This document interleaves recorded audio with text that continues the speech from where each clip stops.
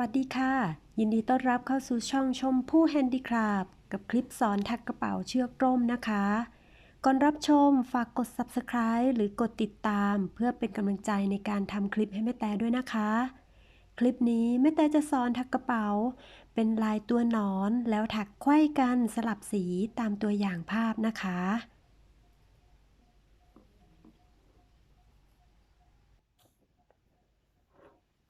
วันนี้จะใช้เชือกร่มเส้นประมาณ 2.5 มิลและเข็มขนาดใหญ่กว่าเชือกร่มนะคะจะใช้เข็มเป็นเบอร์ 7นะคะเข็มทิวลิปสีทองนั่นเองนะคะ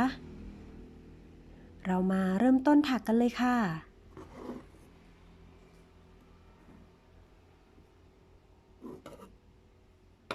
เริ่มต้นเราจะเริ่มถักจากส่วนก้นของกระเป๋าขึ้นมาก่อนนะคะเริ่มต้นให้ถักโซ่ขึ้นมาแม่แต่ใช้วิธีพันปม2 รอบแบบนี้แล้วเกี่ยวไหมดึงลอดห่วงตรงนี้จะนับเป็นโซ่ที่1นะคะจากนั้นให้ถักโซ่ขึ้นมา9โซ่2 3 4 5 6 7 8 9ถักขึ้นมา9โซ่นับรวมปมแรกที่ทำไว้ด้วยนะคะจากนั้นให้กลับมาถัก X หรือถักควักธรรมดานะคะข้ามโซ่นี้มาถักควักธรรมดาลงที่โซ่ที่2นะคะตรงนี้9โซ่จะเป็นขนาดด้านข้างก็คือเป็นตัวกำหนดความกว้างของกระเป๋านั่นเองนะคะ X ครั้งที่1 2 3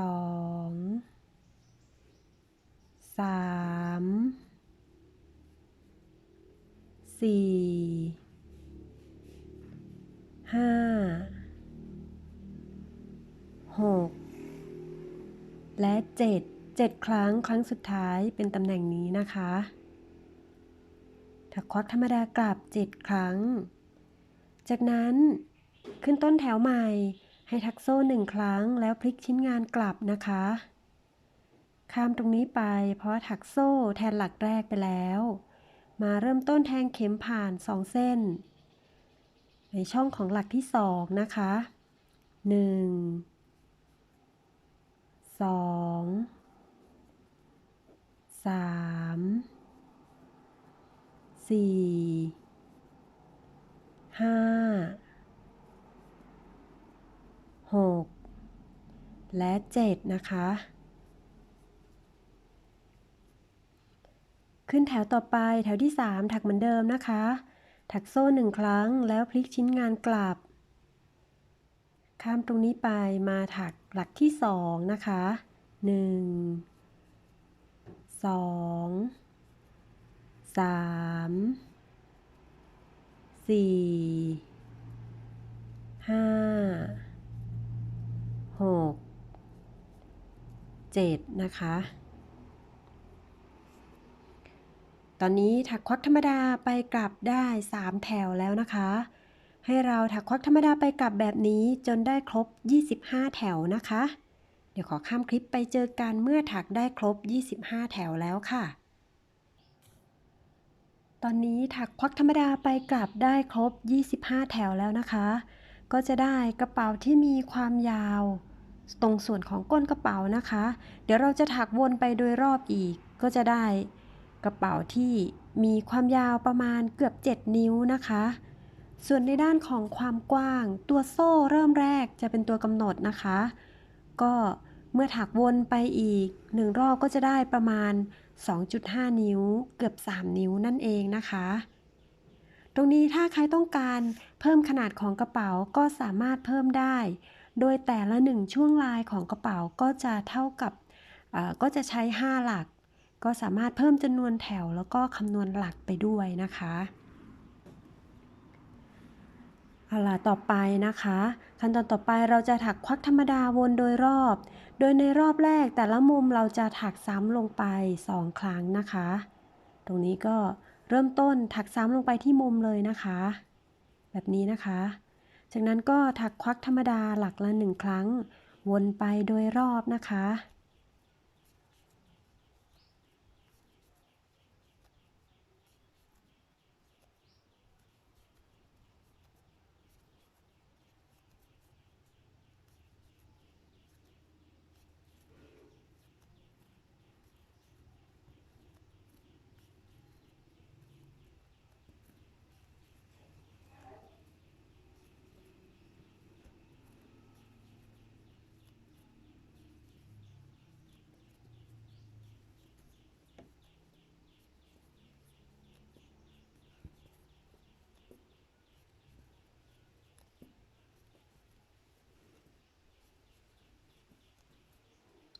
มื่อมาเจอตำแหน่งมุมนะคะตรงมุมเราก็ถักลงไป2 ครั้งและมุมตรงนี้ก็ถักหลักละ1 ครั้งนะคะ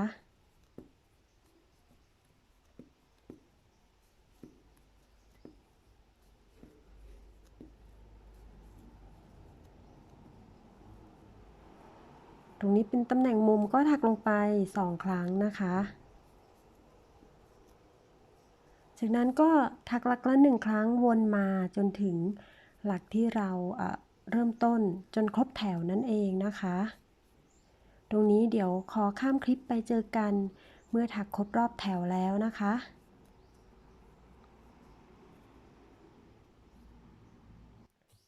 เมื่อถักวนมาจนครบรอบแถวแล้วนะคะทั้ง4 มุมก็จะถักลงไปหลักละ2 ครั้งนะคะทั้ง4 มุมเลยนะคะเฉพาะแถวนี้นะคะที่ถักทั้ง4 มุมลงไปหลักละ2 ครั้ง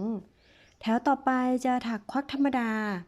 อีกหลักละ1 ครั้งโดยการแทงเข็มผ่านเพียงแค่1 เส้นด้านที่อยู่นอกตัวเรา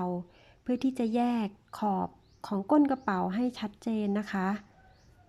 ให้ขอบของสันกระเป๋าแยกชัดเจนนั่นเองนะคะถักแบบนี้หลักละ1 ครั้งวนไปโดยรอบเลยนะคะ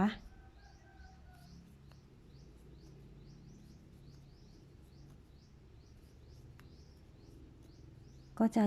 แยกขอบของก้นกระเป๋าออกมาให้ชัดเจนแบบนี้นะคะเดี๋ยวขอข้ามคลิปไปเจอกันตอนถักมาจนครบรอบแถวตรงนี้นะคะตอนนี้ได้ถักหลักละ1 ครั้งวนมาจนครบรอบแถวแล้วนะคะต่อไปนะคะเราจะขึ้นลายแล้วนะคะหลักแรกให้เราแทงเข็มผ่าน2 เส้นถักควักธรรมดานะคะจากนั้นถักโซ่ต่อขึ้นไปอีก3 ครั้ง1 2 3แล้วพันเข็มแล้วพันที่เข็มปลายเข็ม10 ครั้งนะคะเพื่อทำลายตัวหนอน1 2 3 4 5 6 7 8 9 10นะคะ10 ครั้งนะคะจากนั้นให้กลับมาถักลงที่ช่องเดิมนะคะแล้วถอดเข็มนะคะให้ประคองใช้นิ้วกลางประคองด้านหลังนิ้วโป้งประคองด้านหน้าเกี่ยวไหมดึงลอดผ่านเลยนะคะค่อยๆถอดมาแบบนี้นะคะแล้วก็ปรับให้ลายตัวหนอนสวยงามนะคะแล้วเกี่ยวล็อกไว้1 ครั้งถักลายตัวหนอนซ้ำลงไปจนครบ3 ครั้ง3 ลายนะคะ2 3 4 5 6 7 8 9 10ถักซ้ำลงไปนะคะ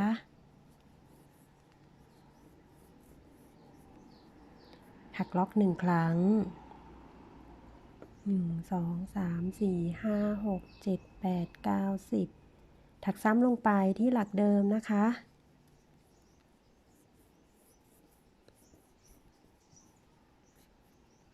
ถักล็อกไว้1 ครั้ง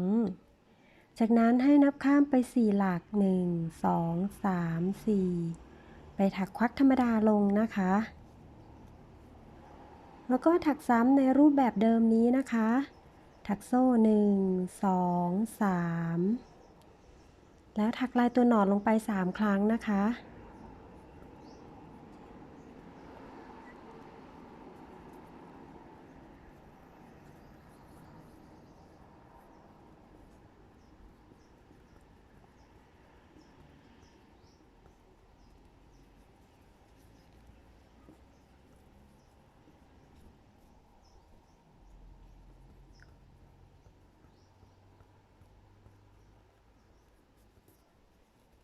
ตอนนี้เป็นการถักลายที่2นะคะ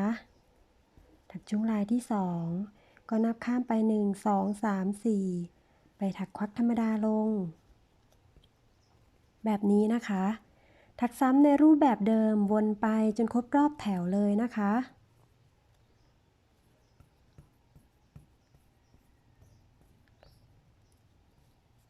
เป็นขั้นตอนที่ซ้ำกันแล้วนะคะเราก็ ถักลายตัวหนอนลงไปในลายนี้จนครบ3 ครั้งนะคะแบบนี้นะคะถักซ้ำในรูปแบบนี้วนไปจนครบรอบแถวเลยนะคะเดี๋ยวขอข้ามคลิปมาเจอกันตอนถักครบรอบแถวแล้วนะคะตอนนี้ได้ถักลายตัวหนอนวนมาโดยรอบแล้วนะคะจากนั้นในขั้นตอนต่อไปนะคะขั้นตอนต่อไปให้เราเชื่อมติดแถวลงนะคะปกติเราจะถักลงตรงนี้แต่พอตอนเชื่อมติดแถวเราไม่ต้องถักลงบนหลัก x นะคะให้เราไปแทงเข็มลงที่โซ่3ตรงนี้เลยนะคะเกี่ยวไหมขึ้นมาถักควักธรรมดาค่ะเป็นแบบนี้เลยนะคะจากนั้นเราเปลี่ยนไปใช้ไหมอีกสีนะคะก็หยิบไหมอีกสีมาวางทาบแล้วเกี่ยวไหมขึ้นมาถักควักธรรมดาล็อกไว้1 ครั้งนะคะการจับไหมก็จะเป็นแบบนี้นะคะแบบนี้จากนั้นให้เราเริ่มต้นในแถวนี้เราเริ่มพันเข็มเพื่อทำลายตัวหนอนเลยนะคะพันเข็ม10 ครั้งนะคะ1 2 3 4 5 6 7 8 9 10จากนั้นให้เรามาถักลงตรงโซ่3ตรงนี้นะคะแทงเข็มเกี่ยวไหมขึ้นมามีเสียงรบกวนจากถนนนะคะต้องขออภัยด้วยจากนั้นก็ถักเหมือนลายตัวหนอนธรรมดานะคะเพียงแต่การหันแนวของลายตัวหนอนจะแตกต่างออกไปนะคะจะหันกันคนละด้านแบบนี้นะคะจากนั้นก็ถักล็อกไว้1 ครั้งนะคะแบบนี้นะคะจากนั้นก็ทำลายตัวหนอนจนครบ3 ลายเลยค่ะ1 2 3 4 6 7 8 9 10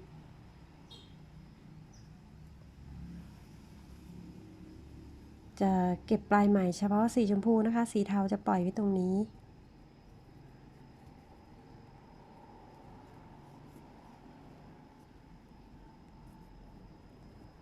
ครั้งที่2แล้วนะคะ1 2 3 4 5 6 7 8 9 10ตรงนี้ครั้งที่3นะคะถักลายตัวหนอนลงไป3 ครั้งบนโซ่3ของแถวข้างล่างนั่นเองนะคะแบบนี้นะคะตรงนี้ก็จัดดึงลายตัวหนอนลงมาให้ชิดแถวข้างล่างก็ได้นะคะออกมาเป็นแบบนี้นะคะจากนั้นนะคะเราก็ถักเหมือนลายนี้เพียงแต่สลับด้านกันนั่นเองนะคะถักโซ่3 ครั้ง1 2 3แล้วมาถักควักธรรมดาลงบนโซ่3ของแถวข้างล่างเหมือนเดิมนะคะ1 ลายก็จะออกมาเป็นแบบนี้นะคะลายตัวหนอน1 2 3และลายโซ่3นะคะจะสลับด้านกันกับแถวสีเทาข้างล่างลายตัวหนอน1 2 3และลายโซ่3นะคะก็เพียงแค่สลับด้านกันนั่นเองนะคะส่วนช่วงลายต่อไปก็พันเข็ม10 ครั้ง1 2 3 4 5 6 7 8 9 10แล้วเหมือนเดิมนะคะถักลงไปบนโซ่3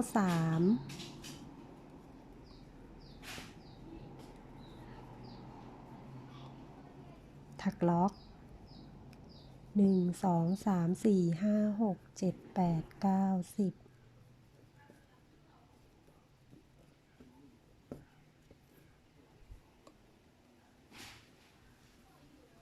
101 2 3 4 5 6 7 8 9 10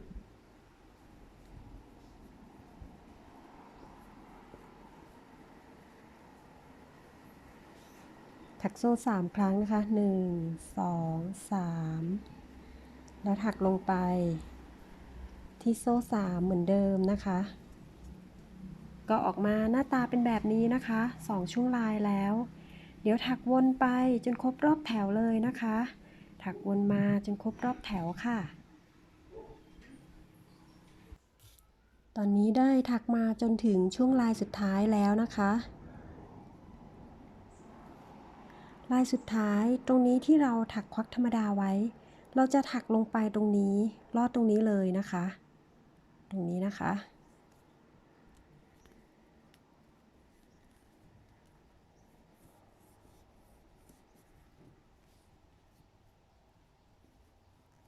แบบนี้นะคะเดี๋ยวถักให้ครบทั้ง3ลายนะคะเมื่อถักสีชมพูจนครบทุกลายแล้วต่อไปเปลี่ยนเป็นใช้ไหมสีเทานะคะหยิบไหมสีเทาขึ้นมาเราจะถักเหมือนแถวที่1เลยนะคะก็ถักควักธรรมดาด้วยไหมสีเทาจากนั้นถักโซ่ขึ้นไป3ครั้งนะคะ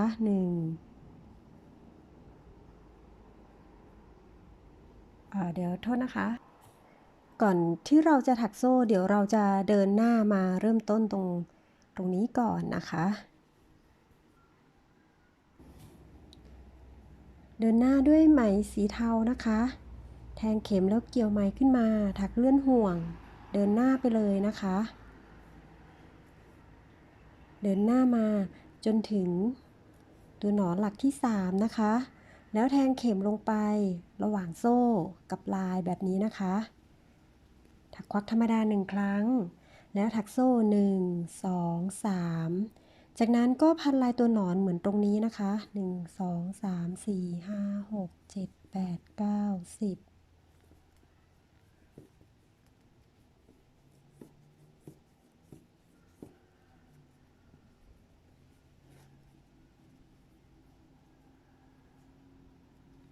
แบบนี้นะคะ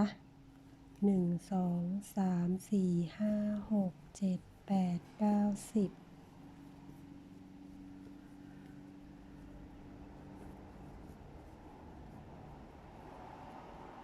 1 2 3 4 5 6 7 8 9 10